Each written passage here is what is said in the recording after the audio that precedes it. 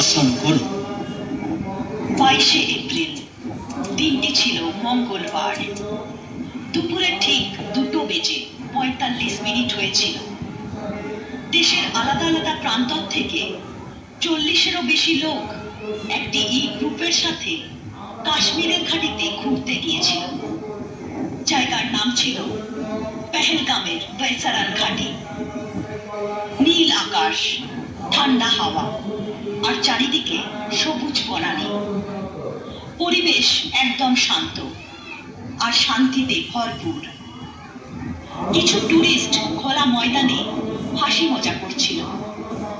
কিছু জন স্থানীয় দোকানের বাইরে রাখা চেয়ারে বসে অপরূপ দৃশ্যের মজা নিচ্ছিলেন।